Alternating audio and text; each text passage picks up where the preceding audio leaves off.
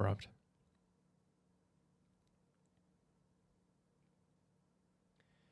Every time I still haven't figured out how to get my stream started in a way that feels good. It's always a little bit of a scramble. I'll figure it out. We're getting better. The other folks are all here. Today we are kind of going to be talking about some of the things that I've learned, some of the things that I would have done differently when it comes to building something from scratch. So I've always been the person who will just dive in and start doing stuff. That has always been the case because I love to learn. I love to build, just create things. I preach about this all the time, but one of the things that brings me the most joy is being able to take something that I've envisioned and throw it out into the world. And one of the dire consequences of that sort of drive is that you do too much. And when you do too much at the same time, you're kind of like grabbing all the spare pieces instead of doing one thing, building it slowly, doing it well. You get spread thin. There's other drawbacks too. Like when you start big, because you have big ideas, it's too much. Things get unwieldy very quickly. And I'll talk about that a little bit. Hey, Lobstrax. How is, not to derail things, but I remember back when you had a number of cosmetics that were in Planetside 2. What did you move on to doing after that? I have a personal interest. Let's see. I'm doing well. Thank you, Phoenix.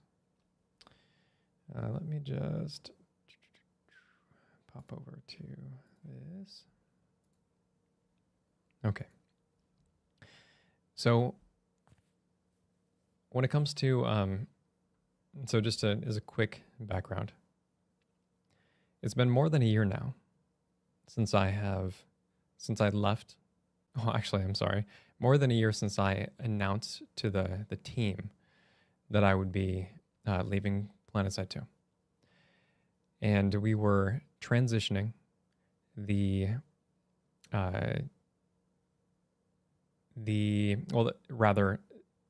the knowledge that I would be leaving, because I'm always super upfront about the stuff. I don't like to hide anything, which is a courtesy that is not often given.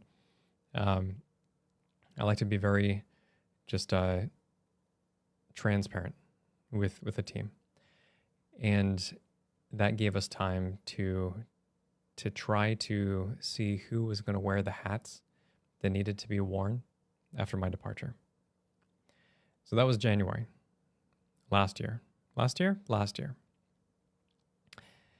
And I think, when did I actually depart? I think that was in June, right? So gave it was it in June? Man, time is a blur. But gave it a good length of time to ramp up and try to get work done.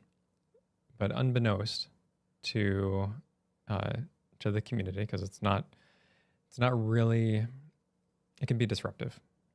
That's what I'll say. Especially when you're unsure of what will happen. That, we were trying to still do good work, but during that time, there was a lot going on. And probably, definitely more than I should have been bearing, but at the same time, the whole team was doing a lot. So just all sorts of craziness.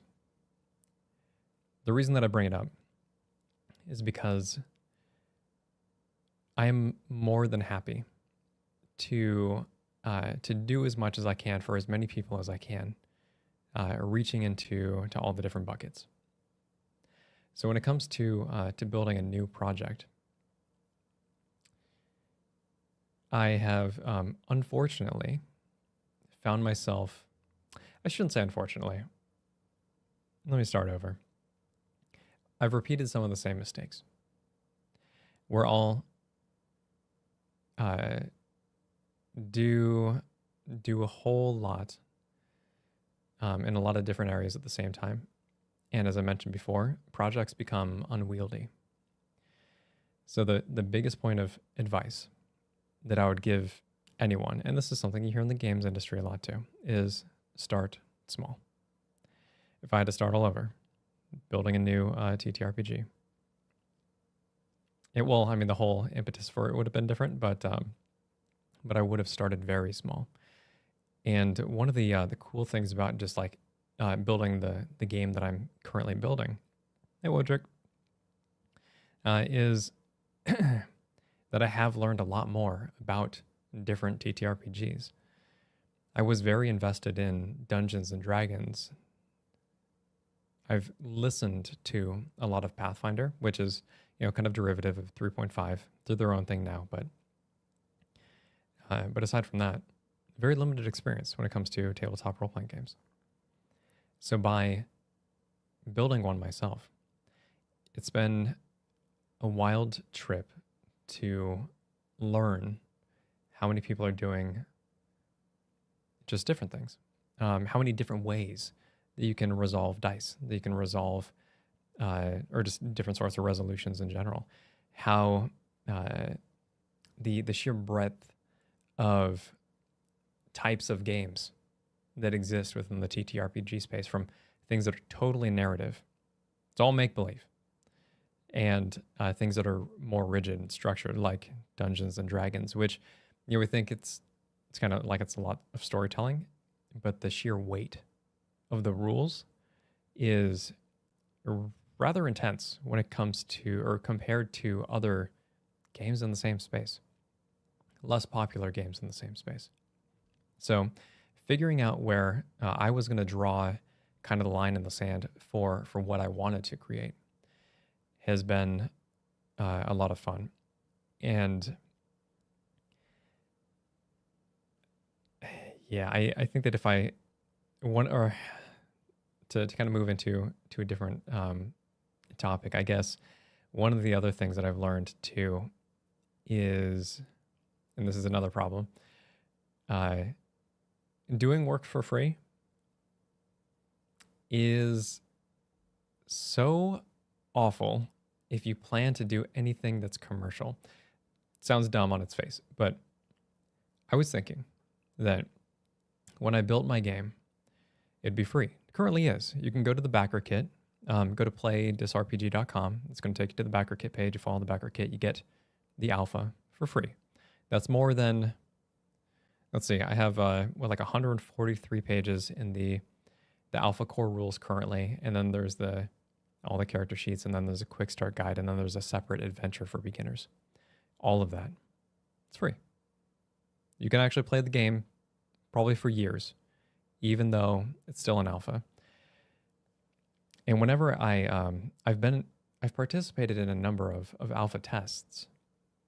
So Project Black Flag, or I guess Tales of the Valiant, 1D&D, and whenever, MCDM's RPG, whenever they issue an alpha test packet, it's like a Google Doc, 2-column spread, black and white text.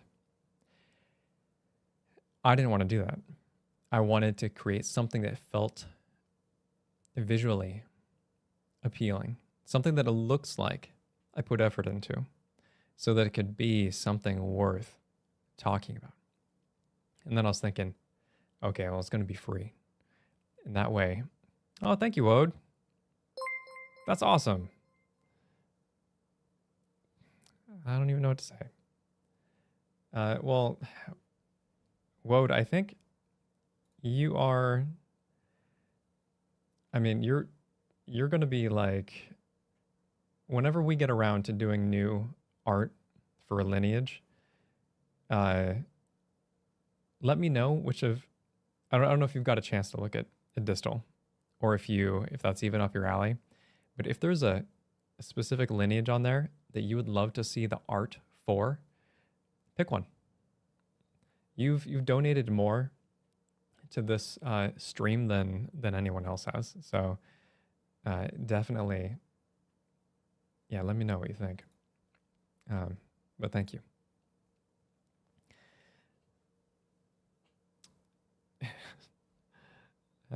Yeah, no, it works. It works. What was I saying? So giving the product out for free. Here's the thing that if I would have gone back in time, I would have learned. And I saw other people doing this too, and it was kind of like, I was like, ugh, that feels bad. But okay. So check this out. When you give something for free, people aren't invested into it. We know this, or rather, I say they shouldn't. They're not. It's not that they're not invested into it. It's that when you create a monetary gate, then you are forcing people to make a commitment. When they open their wallets, that's for one, and this is throughout the games industry in particular. I mean, I guess anytime you're selling anything, getting people to open their wallet is the most difficult thing to do. So if I would have gone back in time, wouldn't have made the project free. Would have said, hey, this is something that's currently in development. If you want to get in on the ground floor, there's a slim price tag, and then we'll build it together. And it sounds, so I've seen somebody else do this. Actually, I guess there's a number of people doing this. So if you look at MCDM's RPG, they're building their stuff through Patreon. And in order to get access to the playtest packets at all, you have to be a patron. In order to play DC20, which is Dungeon Coach's system, he's charging for alpha. It's like $15. And you get all the versions as it develops. But he also has like a rabid community. Very supportive of his work. And those people have already invested in the product and then continue to support the product. So you've created followers that are invested on a number of levels. To me, I was like, ugh, I don't want people to pay for something that doesn't feel like it's complete. Something that doesn't feel like you can, that's going to shift a lot.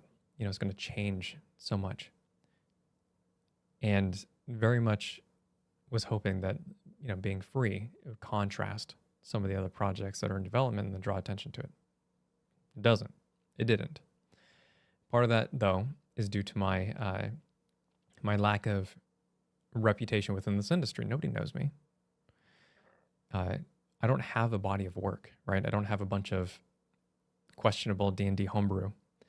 I'm not specifically attacking the D&D brand and saying like, hey, my stuff is better, which is another positioning strategy some people are doing. But and because of that, if I would have gone back in time, would have shifted my strategy a little bit, things I feel would be more successful. Another thing that I've learned is that as you, so right now I'm in the process of, I have a BackerKit page up, which is, BackerKit is like Kickstarter, basically. It used to be a post-campaign processing or post-campaign management software, but they recently, like within the past year, converted to also being a crowdfunding platform. They're very, very helpful. Community is awesome. I sat in on a BackerKit office hours. They reviewed my landing page, talked me through it, talked about some features of it. There was other people in the chat reviewed their landing page. They kept referencing mine because I thought it was good, which I don't have a lot to work with. So it is what it is. But even that felt good. I ran into an issue yesterday, actually. Was it yesterday? Day before? I can't keep track of time. And actually, no, it was yesterday when so we've recently released Alpha 5 of Distal.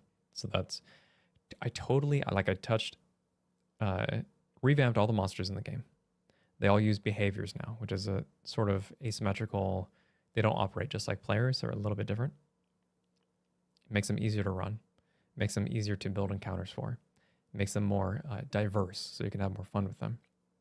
Makes it feel like they aren't just token creatures with stat blocks. You're not just fighting numbers, you're fighting actual things that have strategy and tactics and that sort of thing. And in doing that, I also had to change the quick start guide. I also had to fix the beginner's adventure, because all that, you don't want that content to be out of sync. And that's another problem. It gets back to one that I was talking about earlier, where I tried to go broad too fast. If I would have started small, I would not have encountered these issues.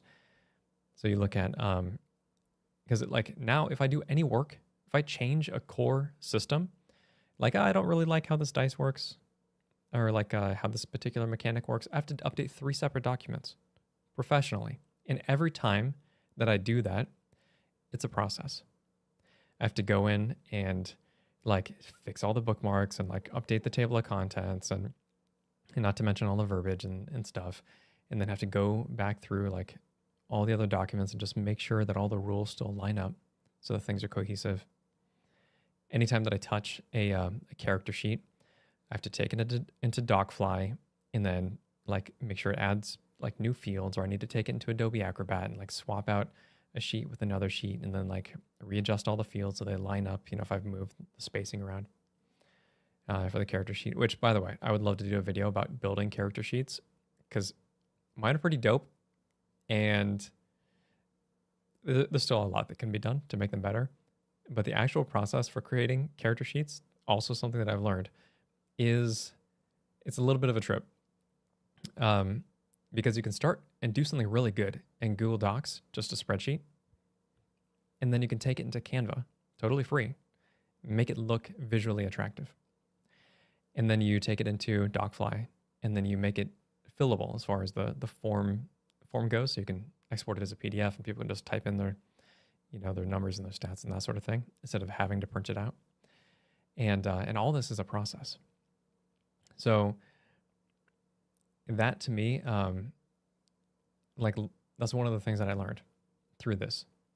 Over the past 2 days, totally different topic, I've been, so I'm trying to run advertisements to get people in on the backer page. And a lot of that has to do with art. Like you want to create compelling art that, let's see if I can drum something up. But you want to create art that's going to punch somebody in the face and hook them. One of the ways that you do that is, you want to provide enough information, but not too much information. Same thing for like thumbnails, where here, I'll show you this. It's a really quick one.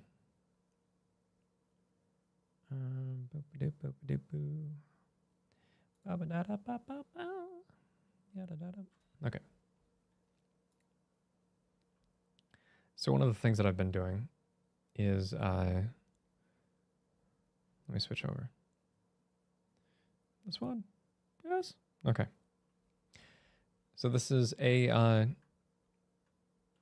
art that I've thrown together. I only have 2 pieces of concept art, or illustration. It's concept art. And that's it. So I gotta work with what I got. So this is currently, I just posted this morning.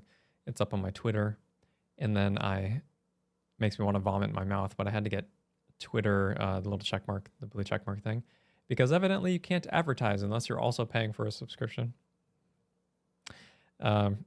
Which, I mean, honestly, it's really clever, but yeah, kind of makes me want to vomit.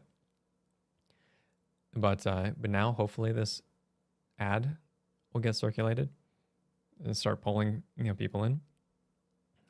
Really intentional about kind of the flow for everything. And because you have to be able to read this, if people are on mobile, like it's going to look like this, maybe like this with some phones people have, but probably more like this, right? So everything has to be readable. If they don't read, okay, well, it's a little bit too small. But if they can't read it or like investigate it to some degree, then, or like, grok what's going on, it's not going to have as much punch. So aside from the stylized text here, I'm just using like super easy readable. This is League Spartan as far as the font is concerned. And then you have your normal word marking, the actual. So you go to the BackerKit website, go look for their branding, grab their branding, pull it down, and then abide by their guidelines for making use of it. So I made like this is one. This is for Twitter. It's a aspect ratio of 1:1, so it's a square. This is another one, and I think I'm currently running this on Facebook, which I'm going to do another one that has actually I've already done it, but it has a vertical format. That way I can target people on mobile a little bit more easily. It'll take up more screen real estate, and I'll be able to show off the character more. But this is it. Elon says thanks. Yeah, no kidding. I'm not a fan. But if I have to pay, a little bit of money to the evil overlord, just so that I can hopefully be able to get enough interest and then do this for the next year, like actually build this game, then sometimes you just got to bite the bullet. And that's another thing, is that it's really hard to garner interest in a new product. Because of how I built my game, I started from a point where it was just a creative release valve. Like I was just in a Word document, kind of just doing things for fun, for just me and my friends. And it was deliberately meant to be very similar to D&D, very similar to things that we're already playing, except I also wanted to solve problems that I felt existed in Dungeons and Dragons. It wasn't meant to be a commercial product. And when you start from that place, if you don't have a clear hook, then it's messy when you're trying to market it. So that was a problem that I had too, is that I didn't clearly say, okay, this is what the game's going to be about, and then try to find that specific audience. It took me a while to get there. So right now I'm marketing it, and I don't even like this, but it's a merciless D20 fantasy. And hopefully it's compelling. Hopefully it gets people through the door. We have more than, I think there's like 40 or 50 plus people on the BackerKit. But here's the other thing. Funding the project. When it comes to real money, you're talking about, so just as an example, I need about $6,000 a month to live. Currently, scraping the bottom of the barrel as far as getting, like as far as what I had saved up, and I'm like spending that down. So my time is basically up. So what happens in this month when trying to gather people to follow the product is going to make or break. And it's kind of been very tenuous for the past few months, but this is it. So in order to convert people into, or in order to convert an email list, you would call it leads, into subscribers that or people who purchase things, that conversion rate is about 5 to 20%. And I think 20%, like it depends on the quality of your list, but that's what BackerKit suggests.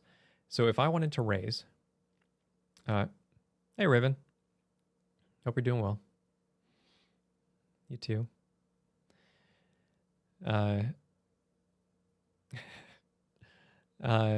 So if you wanted to raise $80,000 so that I can work on this project for the next 12 months, and then also be able to fund the concept art and then the actual book creation process. Like $80,000 is what I'm thinking. That's a very scary number for people. But it's a realistic number that will tell me whether or not this can be done. I don't know if it needs to stay up that high. I can probably like bring it down and then like really stretch myself, tighten the belt and try to do other, work on the side while still creating this thing. It's not what I want to do, but so usually you see on Kickstarter and BackerKit, people who are making products tend to keep that number really low. And actually, Matthew Colville, he referred to it as like people treat Kickstarter like a game show where they start the number really low and then there's a bunch of stretch goals and then you try to see how high you can get. But that increases the amount of work that needs to be done too. Stretch goals are fine as long as they fall within the scope of the things that you are already planning to do. So when MCDM's RPG went out, they're like, hey, we need $800,000 for if we want to make this game. So you let us know if we're going to do that. And then they end up making $4 million because people were so excited and they have such a good reputation and they have such a great body of work within the TTRPG space. And it came off the back of two recent releases. They had, what was it? Tomb of Foes. No, wait, no, that's not it. Flea Mortals was a book that they released, and then they had released Ill Rigor, which is a class for D&D just prior to that.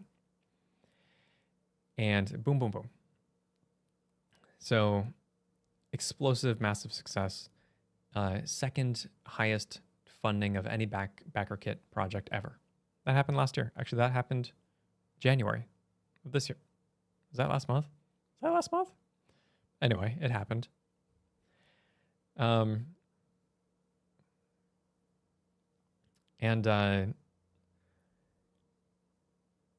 to me, that's a really honest approach.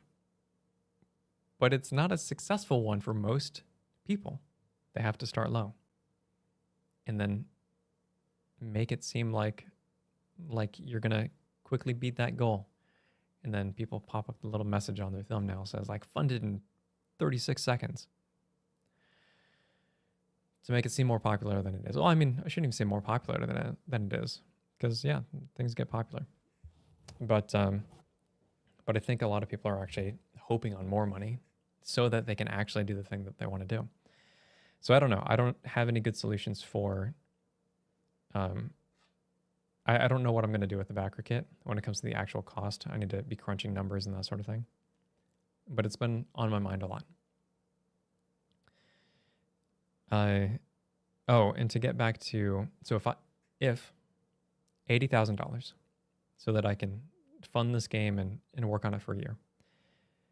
In order to get $80,000 at people spending a median, or like an average rather, of $60, which is like book price, or rather 2 books. 2 books? 1 book?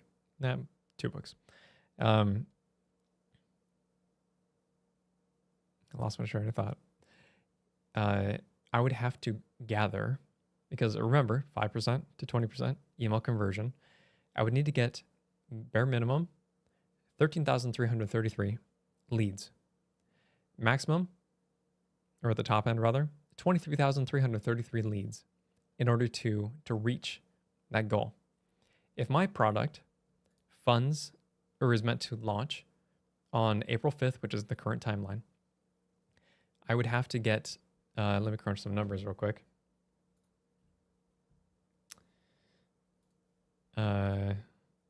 Let's see. So let's just start at the top end. Best case scenario, 23,333 email leads because we want to convert them, divided by how many days I have left. 30? How many days do I have left?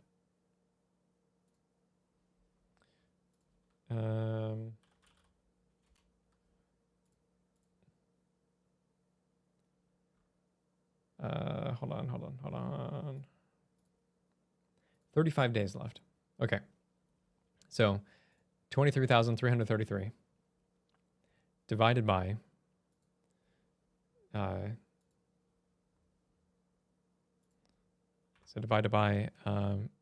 what did I just say? 33? How many days? Okay, we're just gonna do 35 days. I would need to get this many email addresses in BackerKit a day in order to hit that goal. Insane, daunting, impossible even. But them's the breaks. So there are a lot of considerations. And you could throw those away and just say like, okay, well, that's not going to work. But I'm in this place where I really want to make this game. And because of that, I need to find a way to make it. Which means potentially, doing supplemental income, maybe some contract work on the side. Maybe I just start cranking out a bunch of D&D stuff real quick, because it's not difficult to make homebrew. It's wicked easy. And D&D has a really large audience. So like you can make money doing that sort of thing. And I work really fast. So yeah, all of these things are possible, but it's not what I want to do. So that's the other thing, is that if I would start all over again, one of the things that I've learned now, I've learned a lot of very functional stuff about creating a BackerKit project. I jacked it up yesterday when I accidentally sent out an update to everybody, trying to, because I had released the Alpha 5 of the game, new version. Hey, everybody, if you're backing this project, you're going to get access to this. Then I send out this update, but my page isn't published, only the teaser. And then so they get taken to a 404 page. Like, so there's a handful of emails out there that people have tried to click on and haven't, they just get an error page. How dumb does that make me look? So I talked to BackerKit. They opened, they started like, they turned on it's called a launch party page, so that people can get in, get their stuff. It's not ideal, but it works. So, REL NFTs, interesting. I don't, man, how do I feel about that? It will just be pictures of me making really ugly faces. Yeah, so I guess the two lessons there right out the gate are plan ahead and start small. And hopefully you don't try to do this for a living. Hopefully you're able to kick something out, make a little bit of money from it, build momentum on that. I have hope. I'm going to go to PAX East when is PAX East? It's not next week. It's one of the weekends in March. And I have 2,000 business cards on the way that I'm going to hand out. They all have like a little promo of them. I'll show you what they look like. And this is the sort of stuff that I do too, is that I'm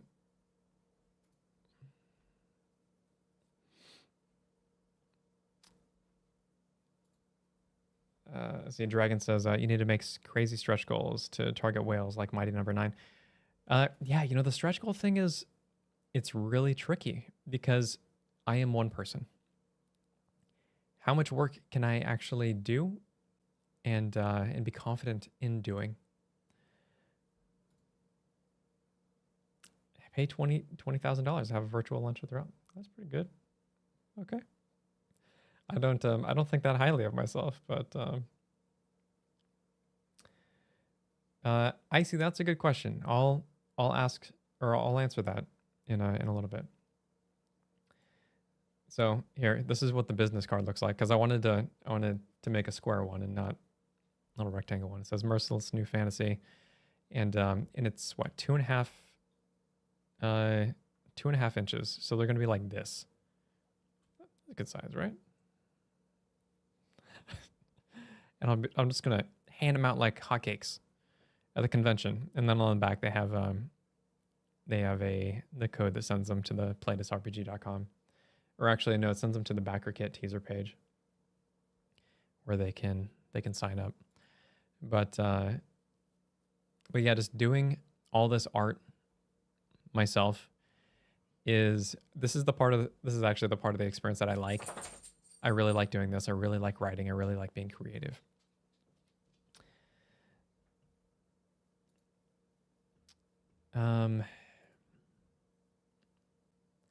Yeah. Let's see, what else?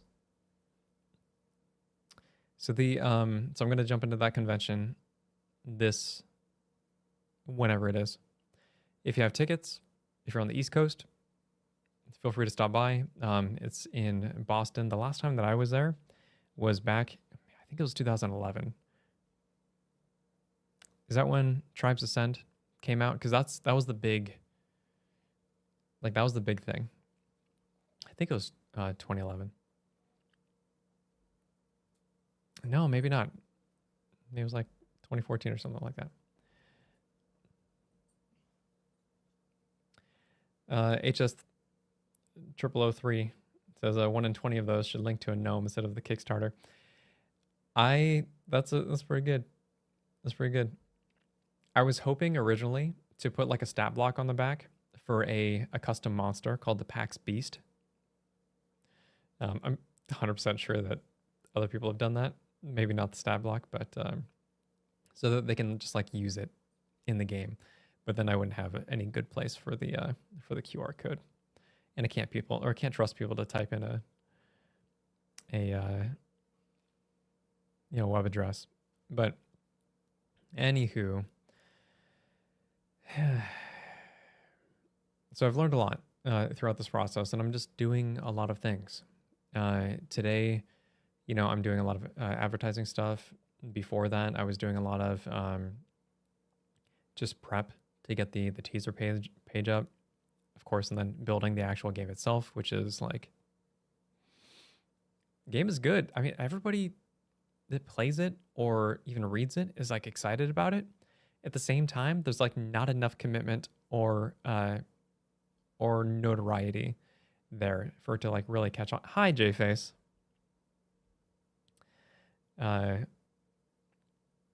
Yeah, so I'm in a really weird spot. JFace, by the way, is he does really cool videos on YouTube that break down a bunch of design processes and various TTRPGs and that sort of thing, and has a Discord full of people who are super helpful and creative, and there's a lot of fun stuff going on.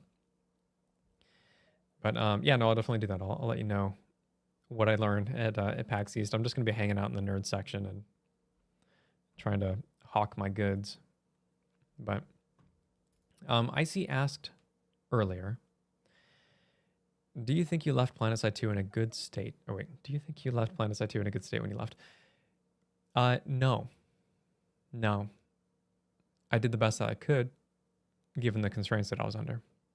And it's a really unfortunate thing, because I was hoping to... There were like a string of failures that took place. Probably 2023 had a fair number of them. Boom, boom, boom. One of which was just Osher. Well, Osher's initial launch, there was a lot of excitement, and people were really digging it. It was fresh, it was new, and there was a lot of problems at the same time. Some of them were just like the performance was bad. Some of it was, some of the mechanics were implemented. Some of it was the bases were bad. That's still a problem. And, we went through a couple of iterations to kind of push it further. It's not there. Obviously, it's not there. However, I think the main problem that really like pushed a lot of people away, not Osher, hackers. I don't know if you remember, but 2020, the end of 2023, and also the 10th anniversary was garbage, just like straight up, absolute garbage. And then we had a string of hackers that we couldn't do anything about. We were trying to combat it as best we could. Oh, and then actually, there were like 3 months where you literally could not. What was it like? There were 3 straight months at the start of 2020. At the start of 2023, man, time is crazy. But okay, let's not get saucy in chat, or else I'm gonna have to give you a spanking. Let's keep it civil because questions are good. Ignorance is okay. Man, I just really wish that that douchebags could have just like a civil conversation. And I got some stuff on that too, Icy. But so yeah, so like there was a bunch of hacking. There were literally, I don't know if you remember this, but there was like 3 or more months where you could not play the game in a way that wasn't like stuttery. It was just straight up. I think people were getting disconnected. It was really, really awful. I don't know if anybody remembers that, but it was like, and one of the reasons why is because there were some changes that were made in the back end by people who were trying. I mean, so the organization is constantly trying to cut costs and keep people, or like cut costs, try to be efficient as you do when you have a large organization. But one of the repercussions is that it totally bombed our servers. And for 3 months, I was trying to like, hey, how do we fix this? Can we just go back to the way that it was before? People keep having these issues, and I keep getting met with like, oh, well, we can't really quantify it, or hey, nothing looks wrong or whatever. And I'm pulling my hair out because straight up, like anybody who just jump online, just play the game. It's obviously jacked up. Please, help us. And then in that problem, so like we did a bunch of debugging and took a bunch of our people just to work on the problem, and it's not even on our side. And that's what frustrates me the most, is that it's not just this simple, this one thing. There were so many factors within the 2 years before I left, that there were so many things going wrong in the background that you will never know about. So it's all very frustrating. And I think, like, unfortunately, I am the face for a lot of it. When you look at something like Osher and Capture the Flag, I know that's what people fixate on, but those are very, very small issues compared to everything else that's happening at the same time. Because the people who leave are just going to be gone. They're not going to be there and constantly complain about the fact that they have to play on the continent. They just won't play. Because the game is jacked up or whatever. And then there was some issues on not the customer service side. The customer service at our company is, at least the people who I worked with, are awesome. But and then there's we wanted to hire people on, but we're constantly getting pushback because of certain reasons, some of which were a little bit ambiguous, and some of which were there's just like other moving pieces at the company, and this happens a lot. I just got to see a lot of it like up front because that's what I was doing. I was basically the executive producer while also being everything else. But when it came to the gameplay things, like it would take you, it would take me a day to disable Osher, and then a week to to get it kicked out because we would only do updates every week.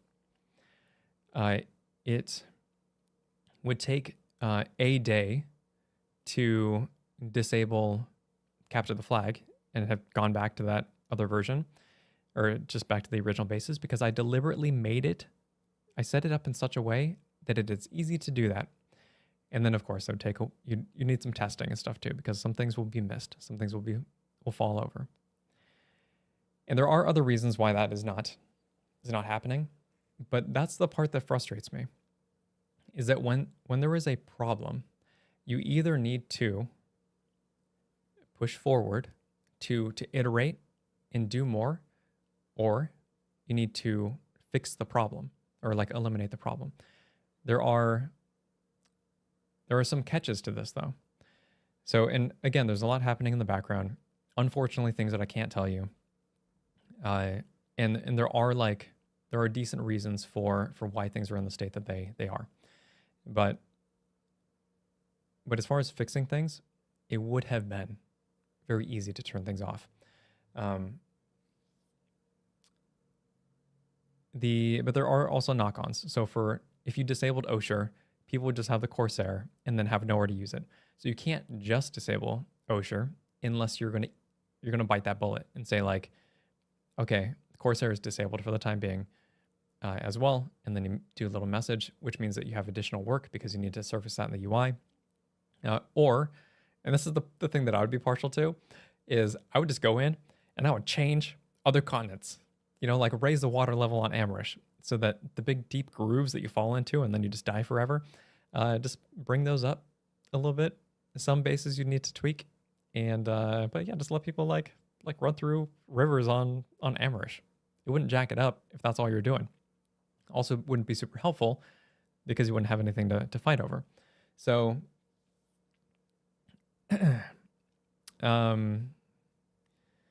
so there are like other design considerations too.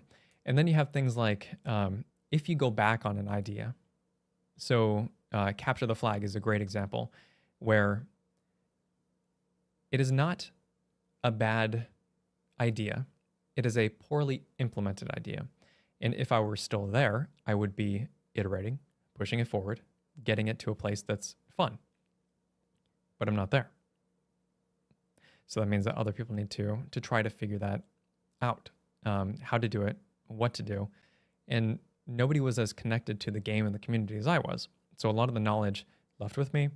If they did like a consultation, then I would be more than willing to lend my expertise, but nobody gave me a phone call.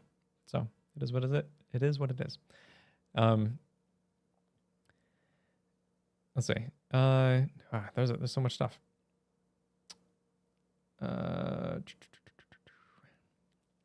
So IC was saying, my grandest opinion, Osher. Okay, so we already covered that. Yeah, I know what we're talking about. I quit for like a month when that was going on, the connection issues. I also feel like Jaeger could have been worked on, in my opinion. An actual infantry only system on Jaeger would have been sick. So, yes, but that doesn't affect everybody else, right? Like Jaeger is such a sliver of the population, so it's hard to justify work on things like that. I work for projects on unrelated field nuclear, but I resonate with this so much. Trying to call on internal resources and being ignored. Yeah, it is unfortunate.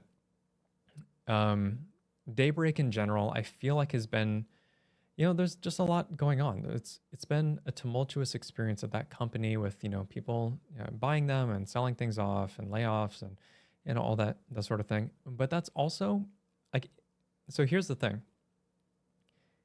I really like the people that I work with. I even like Daybreak as a company. What I don't like are some of the ways that things are done at the company. And that's, I think it just really comes down to they're still trying to find themselves. And it's a weird place to be in. But man, there's so much potential there. It's a dang shame. But I would 100% go back to Daybreak rather than working for EA, rather than working for Rockstar, maybe even I don't know, maybe even Blizzard. They're the right size of an organization to where they can create goals, and I think they're still beholden to maybe too many of the wrong factors, but it is yeah. I don't know, maybe I shouldn't go off on it too much, but yeah, like the company is not bad. It's just a lot needs to change. Let's see. Mainly work on research side. Did not expect to hear about this. I was long gone. Let's see what else we got. There's too much. See, I shouldn't run my mouth about PlanetSide 2, or else everybody shows up and wants to talk about it. It's not a bad thing. I'm just I just want to make sure that I don't get anybody into trouble, and I'm also being straight with all of you, because that's kind of my shtick. So what about the community? Were there any events you held dear? For example, Overwatch 1 had a special place for me, but I can't imagine what it was like in the background. Oh, man. I said Overwatch, didn't I? I do that internally too. So Outfit Wars is such a beast of a system. There's a reason that we had to keep iterating on it. Now I think it's in a good place on the front end. When you're playing it, it's fun.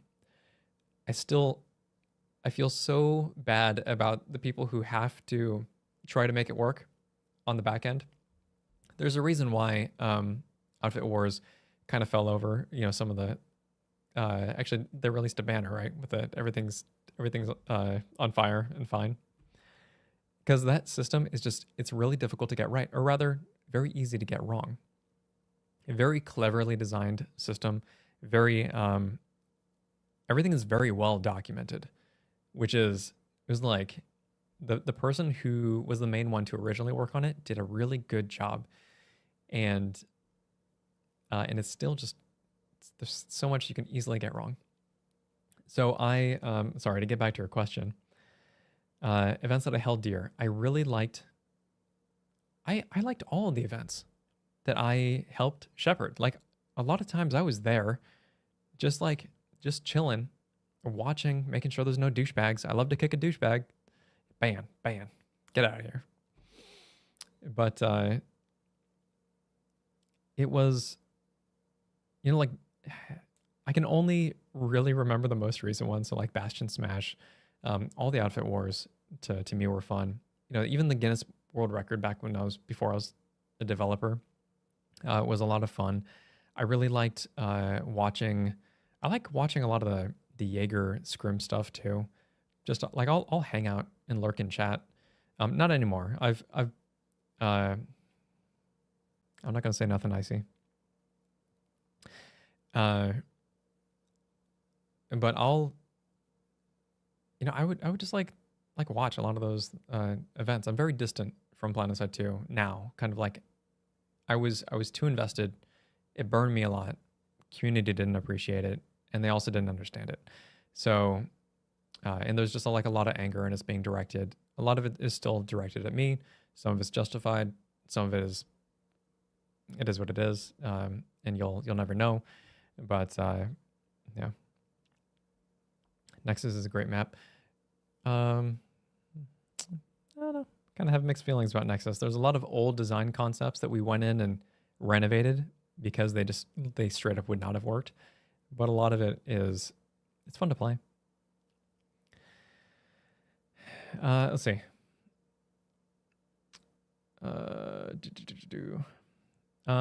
Wodrick says Planetside was bought again recently. Not much information. I can't speak on any of that. It is not my place. Let's see, what about what's something you got wrong about games development when you were still a YouTuber making thoughts on better gaming? Ooh, that's a good one. Kenneth, I think that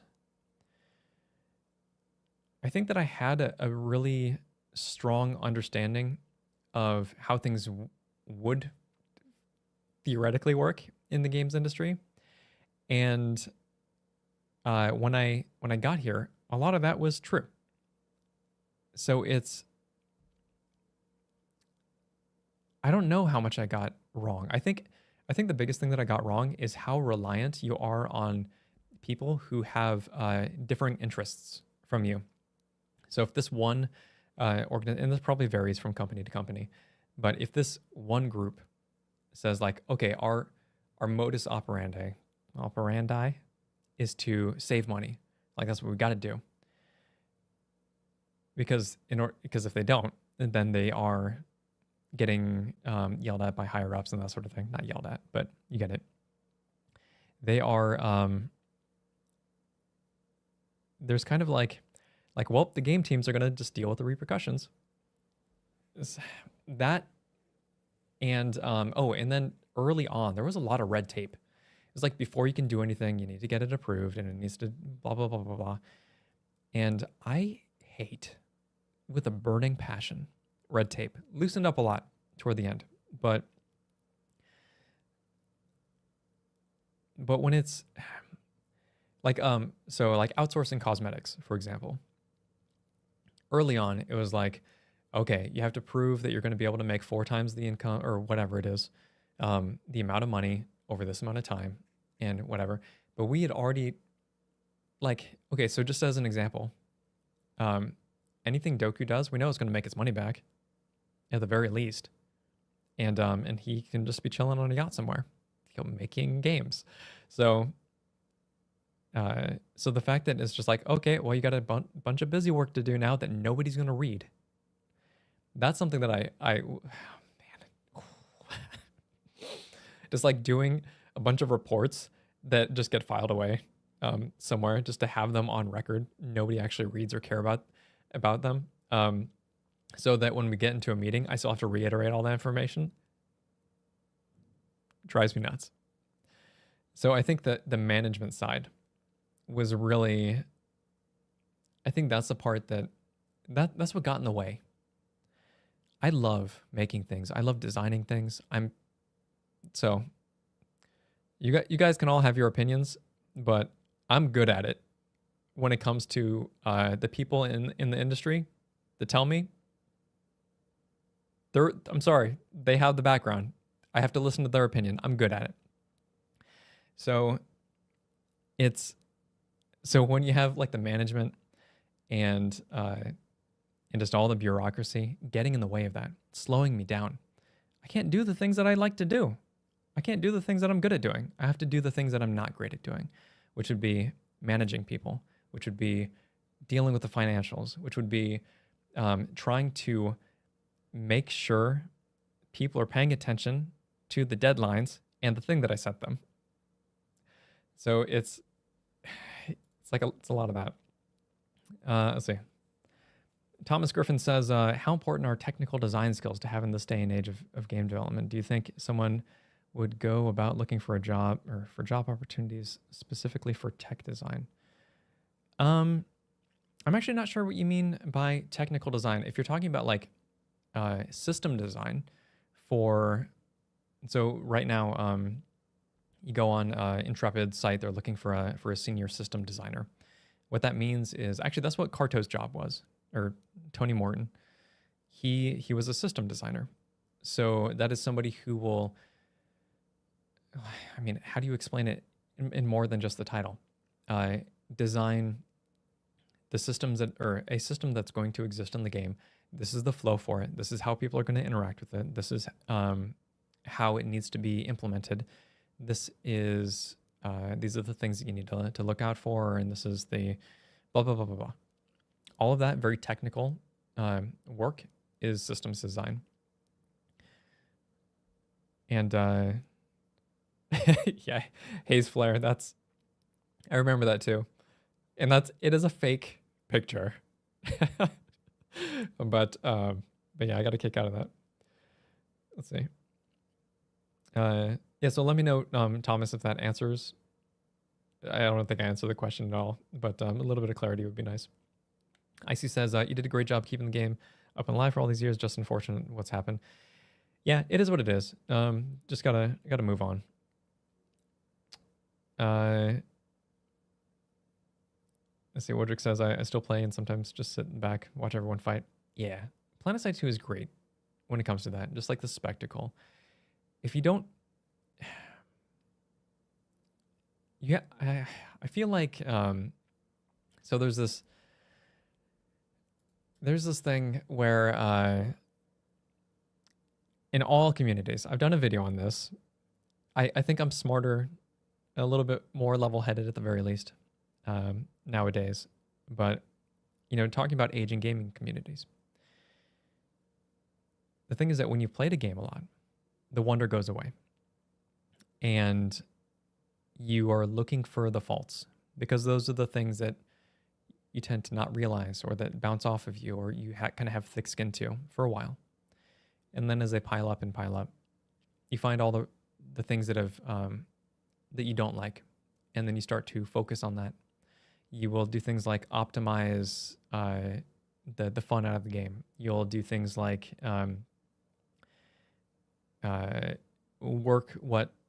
play what is even like toxic play styles, because it'll bring you joy even though it comes at the cost of somebody else. So there's in the community's outlook on things will change a lot. At the same time, it contrasts the majority of players who aren't. I think now PlanetSide 2 is down to its core player base, mostly veterans opposed to mostly casuals, and that's a shift in itself. Didn't used to be like that. But when the populations get low enough, usually that's kind of how it goes. But when you're building the game, it should be for the broadest audience, the ones who still enjoy it. And your enjoyment shifts over time. The question that I ask is okay, should you stop playing? Or are you really just intent on trying to make this game into something that it's not intended to be? And I think that particular question has been the most difficult design constraint throughout PlanetSide 2's development. Yeah, it's really weird. I would need to kind of consolidate my thoughts on it. But Undead Cyborg says, how do you cope with situations where you wanted to answer people's complaints but couldn't? Usually diplomatically. It's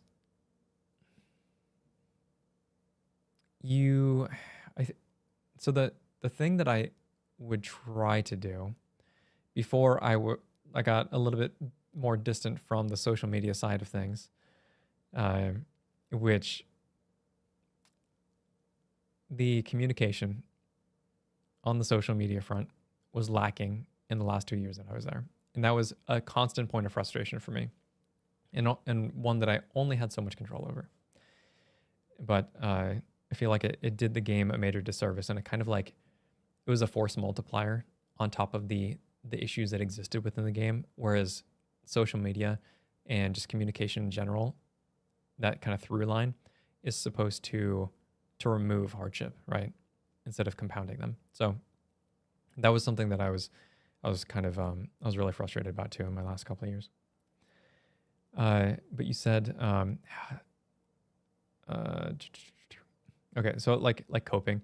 Yeah, so I try to be as upfront as I can, but you can only do so much because the community is going to have a very specific outlook on things, and timing matters too.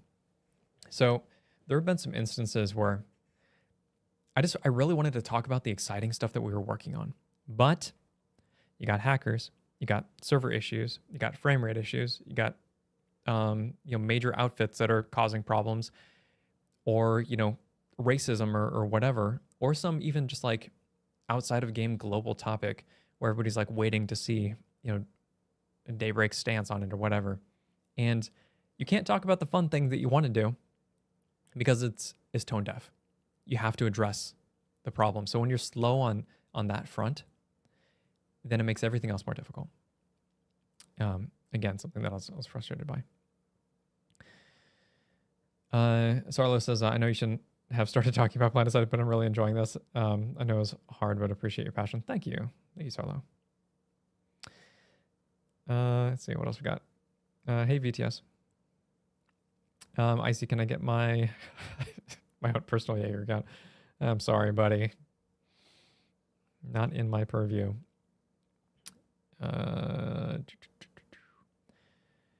PlanetSide 2 is nostalgia for me now. Played in high school until second year university. Sometimes I still jump back occasionally. The game has a big sense of community. Yeah, I think that it's so crazy. I think it definitely depends on, the people that you roll with while you're playing the game. It matters a lot. If you spend too much time on Reddit, man, you're gonna be a salty boy. It's gonna ruin you in ways that and it shouldn't. Thomas Griffin says, let me back up. TJ's says, what are some of the differences in the ways people played the game and you expected it to be played? Oh, that's a good one. For PlanetSide 2 in particular, let's see, what are some of the specific... I can't remember specific examples off the top of my head, but they're 100% are. They're 100% are. Yeah, no, I really wish I can give you a good example, but I only remember the feeling of laughing about how we intended this one thing to do this, and then people totally perverted it into something else. And a lot of times you try to design for that. Sometimes you miss it. I only remember that feeling, but I can't remember specific instances. Let's see. Thomas Griffin says, pretty close. Do they communicate with other teams and create solutions for problems with people that are in different disciplines? Artist, developer. So throughout my time on PlanetSide 2, I think a lot of us were working together. I think the engineers, probably more than anybody else, were most siloed, but I think that's because that's how they preferred to work. And if you don't understand how to program, oftentimes it can be difficult to have conversations with people who do, because you're speaking different languages.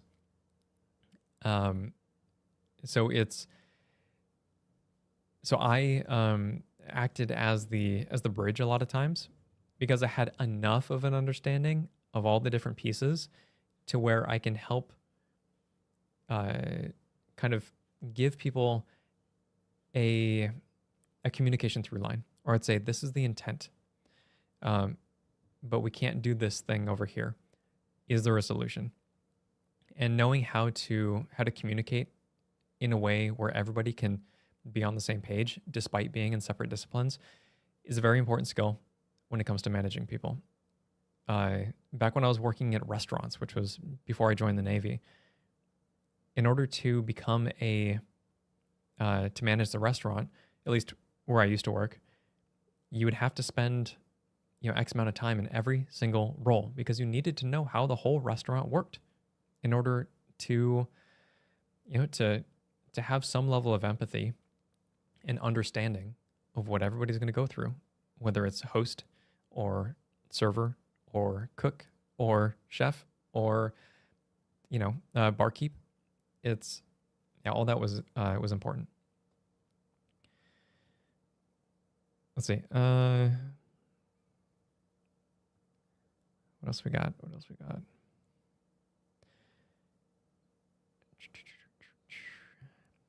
Nostalgia, actually, a question for everyone. PS2 classic possible. I cannot answer that question for you, Titan. See, I feel like once Victoria left the social media presence. Oh, you mean Roxanne? Roxanne Sabo? She's over at what is it? Working on Lost Ark and finding amazing success, and she's awesome. But before that, Maggie, or Margaret Crone, who is over at Intrepid, and that was back before I became a developer, and she did a great job. Tony Morton, who now works at what is he on? Can't remember, but he did a great job too. There's communication is a really big part of it.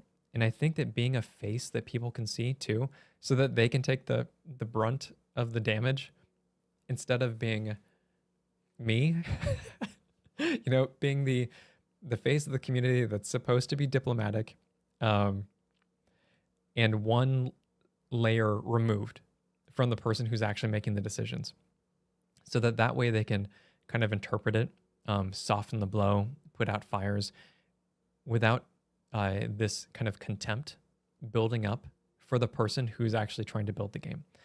That is, it's difficult when you don't have like a standout face like that people can get attached to. Let's see what else. Nick says, hey man, glad to see you're doing a thing after Planetside. I really enjoyed your enthusiasm about the game. Thanks for all the work you put in. What kind? Hold on. Sorry, Nick is just very generic. I wanted to make sure that it wasn't my my former producer, also named Nick Silva, who did an amazing job and super fun to work with. But thank you. Cardo's at Amazon. Yes, Cardo is working on that fun MMO that I played for a very short amount of time. What's it called? Conquistadors, Anger Earth sort of situation. New World. Good MMO.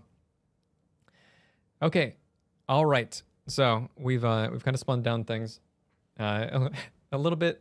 I'm going to answer the questions that got sent in on Discord. So for those of you who don't know, it's New World. Thank you. So for those of you who don't know, I have a Patreon, patreon.com/Rel. If you want to go there, every week we'll do a Q&A. So if you have questions, you can feel free to throw it in there.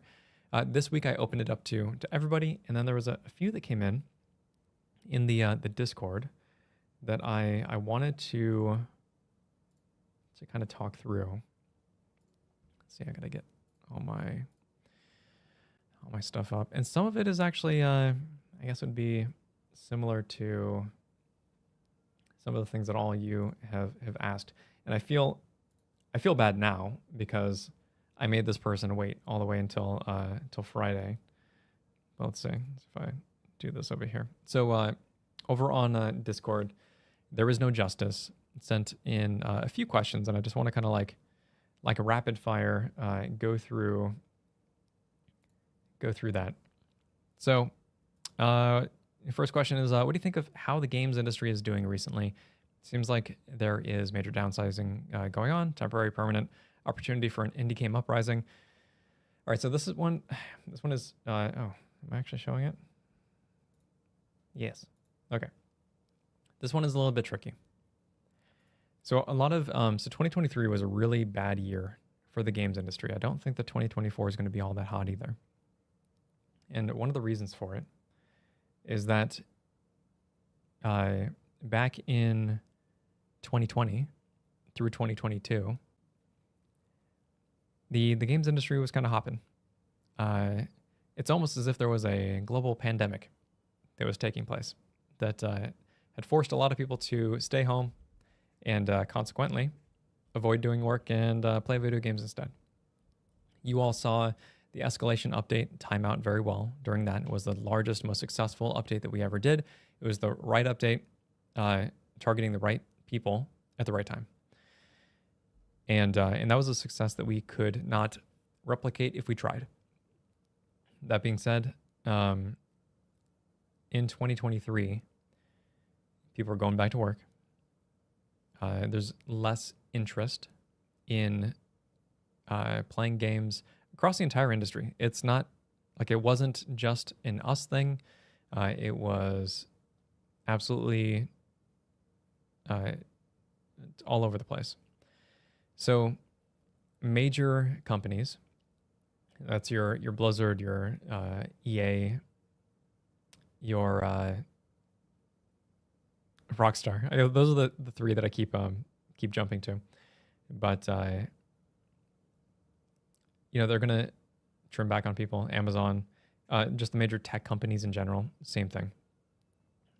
Because we're all kind of impacted the same way.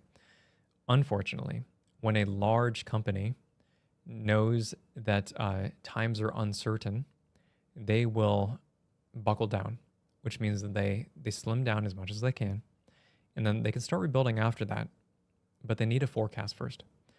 And in order to get a proper forecast, you need stability. The tech companies are they're the ones who flag down. So this is me learning from people who have taught me.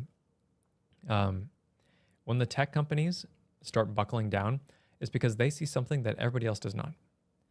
Because they're the first to respond to change that has not happened yet. And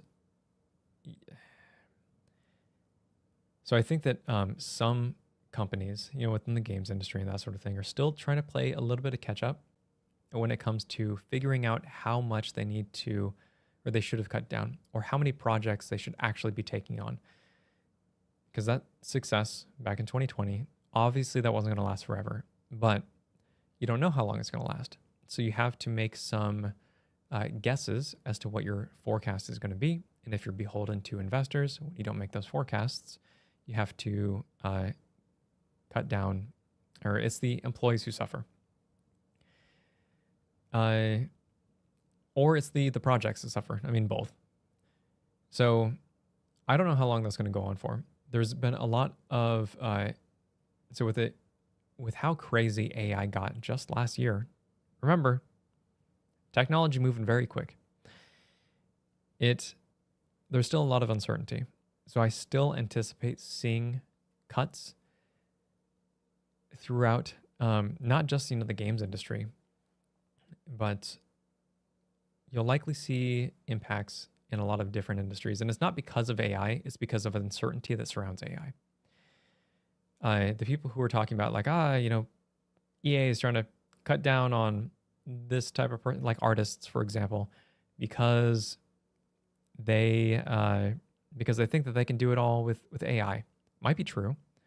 And also, those artists, if you're a decent artist, you're going to find a job elsewhere because you are very much in demand. That might be me speaking a little bit too nonchalantly about it, but all of the artists that I've personally worked with, their skills have not been diminished by AI, but in fact, given, I would say bolstered, given possibility, because you still need the human element. It takes a human to properly, at the moment, it won't always be the case. It takes a human to compose an image in a way that, well, now you have to avoid it looking like AI, which is its own thing. You can speak to a human still more quickly to iterate on an idea, and you can create a bunch of things with AI, but you can't create the right things all the time yet. And because of that, you've seen kind of a rise in, or I guess the creation of a new job called a prompt artist. What is a prompt artist? They use prompts in AI software like Midjourney or whatever to create pictures. I guess Midjourney is probably a bad example. I think they'd be using things like probably more like Stable Diffusion, where you can have a little bit more granular control over the thing that you're trying to create. But so wait, I don't think I'm answering this question at all. What do you think of how the games industry is doing recently? It seems like major downsizing, temporary, permanent. Okay, yeah. So it is unclear, and I don't I don't think that 2024 is going to be great for the games industry, but I have no insider knowledge as to whether or not that should be the case. I do think that it does leave a lot of room for indie game developers. It is easier than ever to create a game now. And in some sense, like AI is helpful there. When I was working on my little survival game, it was very easy to use Midjourney to kick out some tiling textures for the ground or, grass, rocks, that sort of thing. And then at that point, I can tweak them. It's great for creating a foundation. It's great for giving you ideas. And that was what was that? Like a year ago at this point? It has only gotten better as far as the tool or what AI is capable of, to where I think that the trickiest thing for making games moving forward won't be the use of AI and staying away from it. It'll be how to avoid looking like everything else. Let's see. So the next question is, I guess it kind of rolls right into it. How do you use AI in your current creative process? Do you see that changing? So for Distal in particular, TTRPGs, this community is vehemently against AI because of its impact or potential impact even on artists. And because of that, a lot of them won't support a product that has AI art in it. It was really useful for me to create like crappy placeholders that I know I'm going to replace anyway. But even then, I would occasionally get comments on like, I can't support that because you do, because it's AI art. So I was using it for thumbnails. I'm trying not to do that currently. It forced me to buy stock art. So the thing is that if you don't have any money, AI is great. You can create. Okay, so and what's the opposite of that? So if you don't have any money, and you want to create, not create art to like even sell it, though I guess that's kind of a possibility. But for things like thumbnails, for things like backgrounds, for things like placeholder imagery, using some sort of generator is a free, oftentimes free, way of getting something that can evoke some sort of emotion. And that's what you tend to be going for. Or just something to fill the space. So the opposite of that is nothing. If you don't have money, nothing. You're not going to be like suddenly hiring artists with this money that you don't have. No, you're just going to suffer there. So the lack of technology is actually oppressing people by virtue of trying to keep down the people who are using it. I think that paradigm is going to change, because so when it comes to AI, we only care about the things that we notice are AI. And from people that we care about them, or who are like sufficiently, I guess people that we want to support but can't, or rather wants to support but don't like what they're doing. A lot of times you'll see AI stuff and you won't bat an eye because it doesn't look like AI, or it doesn't look bad, or it's just it's in a TikTok or something, so like you don't care. And that's what kind of bothers me, is that people don't actually have a definitive stance on this. They only have feels because of social media, or like they're jumping on a bandwagon, like, yeah, pitchforks. But a lot of them are, let's see, there was an image with actually Hank Green. Hank Green was talking about AI, and this was back when WotC, Wizards of the Coast, was creating some promo art, and some of their artists, they outsource art, the background that they created to prop up the very real non-AI cards, where they used AI generation in some of the stuff that they're doing, and some of it looked bad. It was obvious AI. People got up in arms about it. However, people didn't get up in arms about the AI image that was done of the Pope wearing a puffy coat, because nobody noticed. People are like, funny image, and then they move on. So that sort of kind of fair weather, what do you call it? I guess, activism that's something that bothers me, because you're not really trying to find the truth or the core, or you don't even necessarily know why you're angry. You just want to be angry.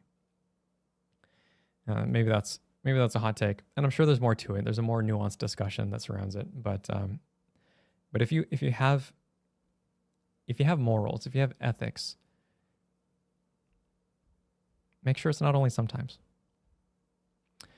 Let's see. Did you have any aha moments when working on PlanetSide 2? There were so many. There's so many like little moments. This question is just a little bit too vague for me to ask, but I think what's interesting is that a lot of the things that people take for granted, it's like that stuff happened while we were building the game, like under my watch. Not that people will be excited about it because it just is now. So for example, like the headshot indicator, the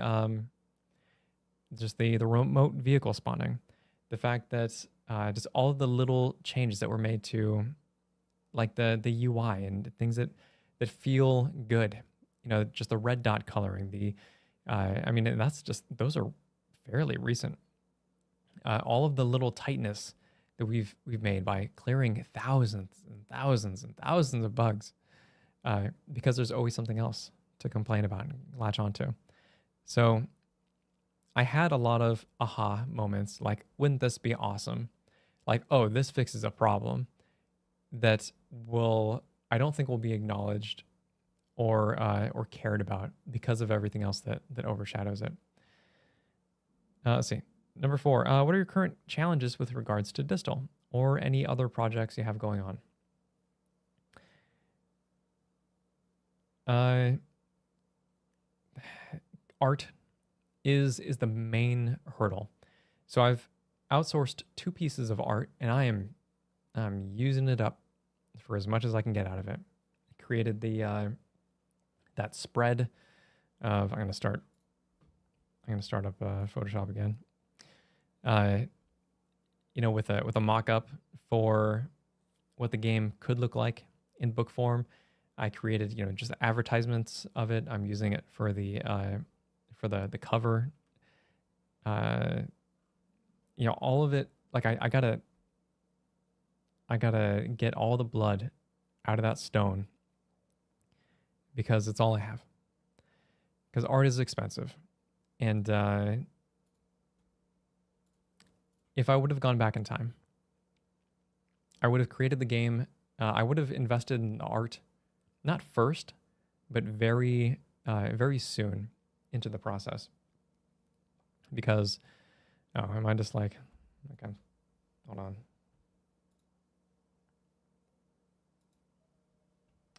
Yeah, let me, Give me just a moment. Show my big dumb face. I should have gone through this first. Let's go. Look at boop boop boop boop boop. Where's my thing? Okay, got it. Well, okay, this is just the image, but I'll show you.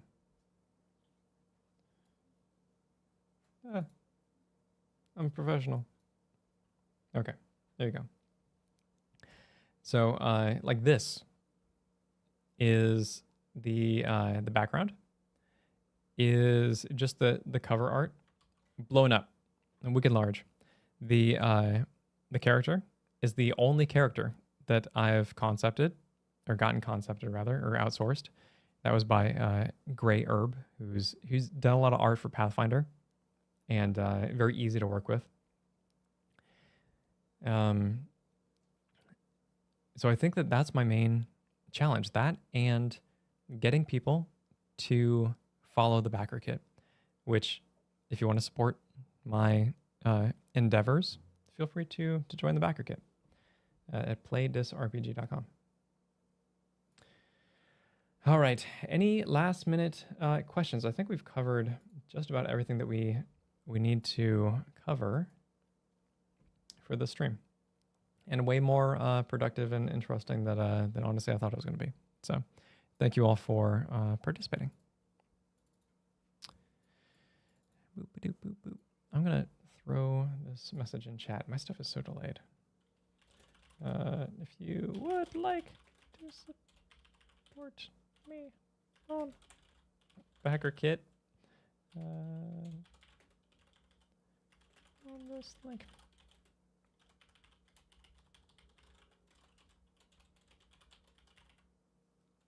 Okay, cool. I'm super curious. What was the issue with census not being updated for a while? Oh, that's a very specific Varuna question. Not being updated for a while. What was that issue? There was a bunch of stuff that we were doing to fix it, but I can't remember.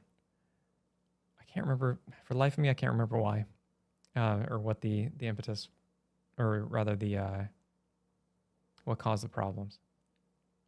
There was definitely stuff happening in another department, and it required us to update some things. I really can't remember. Okay. Well, thank you all for hanging out. And we do streams at 4 p.m. every Friday, unless I don't. So feel free to stop by. But we'll mostly be talking about boring TTRPG stuff. So, all right. Check you later, nerds.